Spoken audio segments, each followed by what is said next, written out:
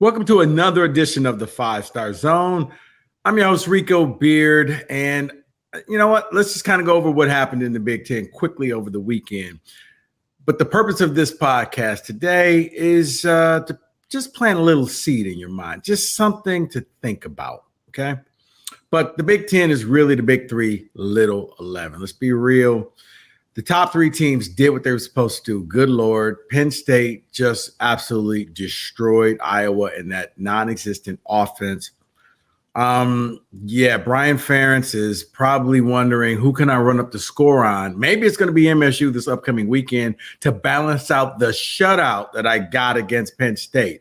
Not good for his job security as Penn State, Manny Diaz's defense. Man, that's a thing of beauty right now. They are on fire. Michigan did what Michigan was supposed to do. And Michigan is playing kind of the same way. Slow start, and then they pull away in the second half. Thanks to the pick six, Michigan then ended up winning the game over Rutgers 31-7. Always know that Michigan probably won't cover. They're going to win ugly. Blake Corum will score 2 touchdowns, and they'll always hit the under. That's just Michigan football. But you know what? It works. They win. Never apologize for a victory. The other game is involving the Ohio State University going into South Bend and probably coming away with the best victory of the weekend. Why? The Buckeyes defeated Notre Dame with literally 1 second to go. And they beat them 17-14. And yeah, you were probably excited for that extra point if you put money on the game and you had Ohio State at 2.5 points. That extra point was worth a lot of money for you. I was laughing at that when it happened. But I made this game third because it's what happened during the game. It's why Ohio State won.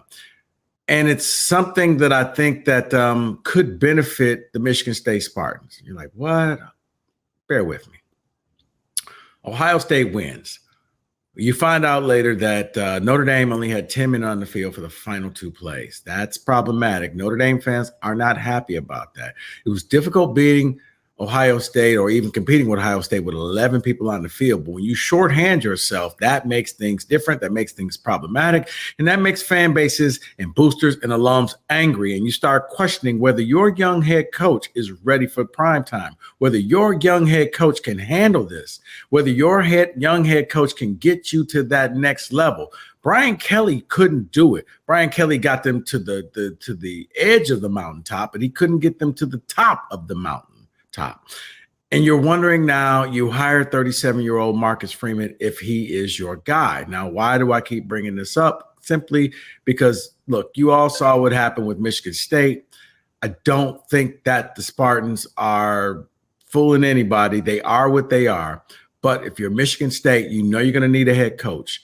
I simply say, why not look towards Notre Dame and Marcus Freeman? Now I know you're saying, Rico, seriously, you're the guy who said Urban Meyer. I did say Urban Meyer, and I still stand by that. But I realize that Urban Meyer is going to ruffle a lot of feathers. People are going to be like, well, look at all the scandal and all of that. Guys, if you haven't noticed by now, I'm just about winning. And most of you deep down, if you would just be honest with yourself, it is about winning. You could have a Boy Scout as a head coach, but if you're constantly going 7-5, 8-4, you will eventually want that coach fired. But if you got a coach out there who getting it done, you overlook a lot of things. But I do say Marcus Freeman. And once again, you're going to be like, okay, seriously, dude, who keeps letting you on this podcast? Well, there's a method to my madness. By the time I'm finished, I may have some of you maybe considering this. Marcus Freeman, 37. He replaced Brian Kelly. Brian Kelly leaves to go to LSU. And now Notre Dame is kind of in a position where they have to find the best person. And they did. They went out to Ohio State. They got their guy. They got Marcus Freeman. They brought him in there, and now he's their head coach. Right now, he's got a record of 13-6. But you got a lot of Irish fans now wondering, is he our guy? And first of all, let me just say the 10 men on the field, yes, while it is ultimately the head coach's fault, I will say this. it's probably his assistants, or more so, first of all, who's the player that took 2 plays off? That's who I really want to know. But it's your assistants to count down, because you're the head coach. You have a bad angle, you can't really count. He's young, he's learning. I get that. He made a mistake. He owned that mistake.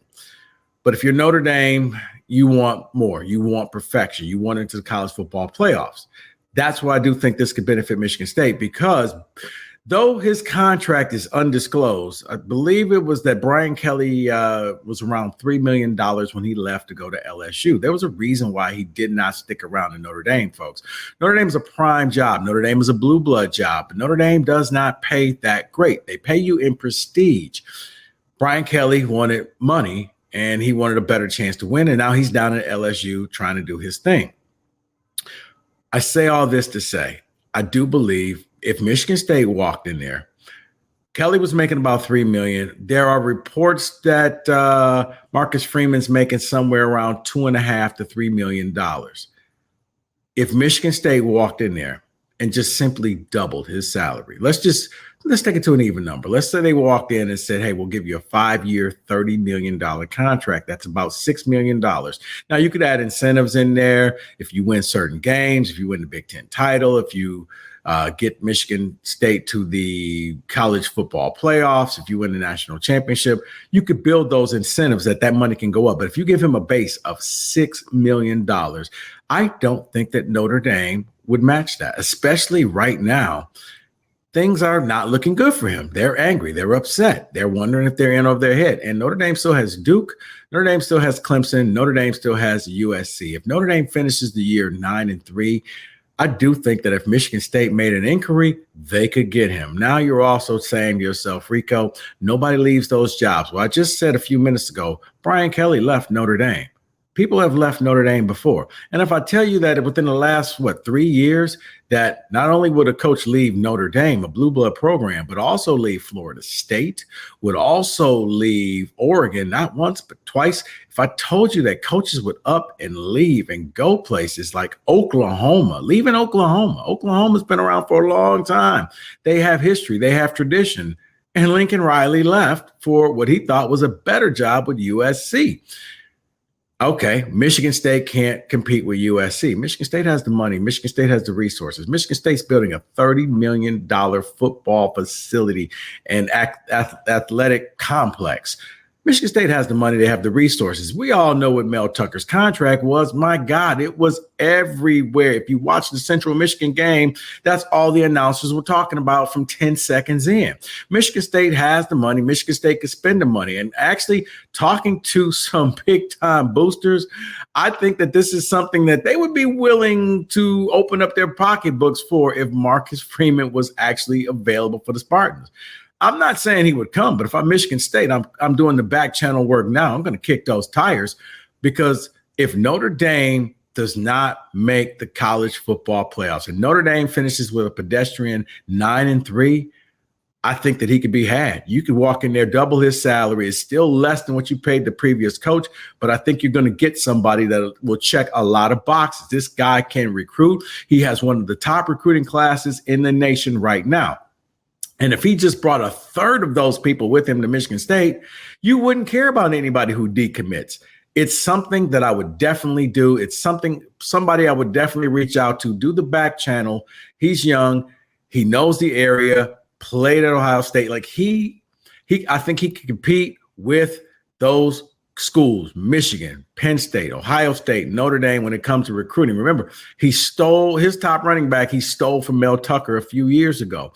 The man can flat out recruit. That's what Michigan State needs, to bring in players.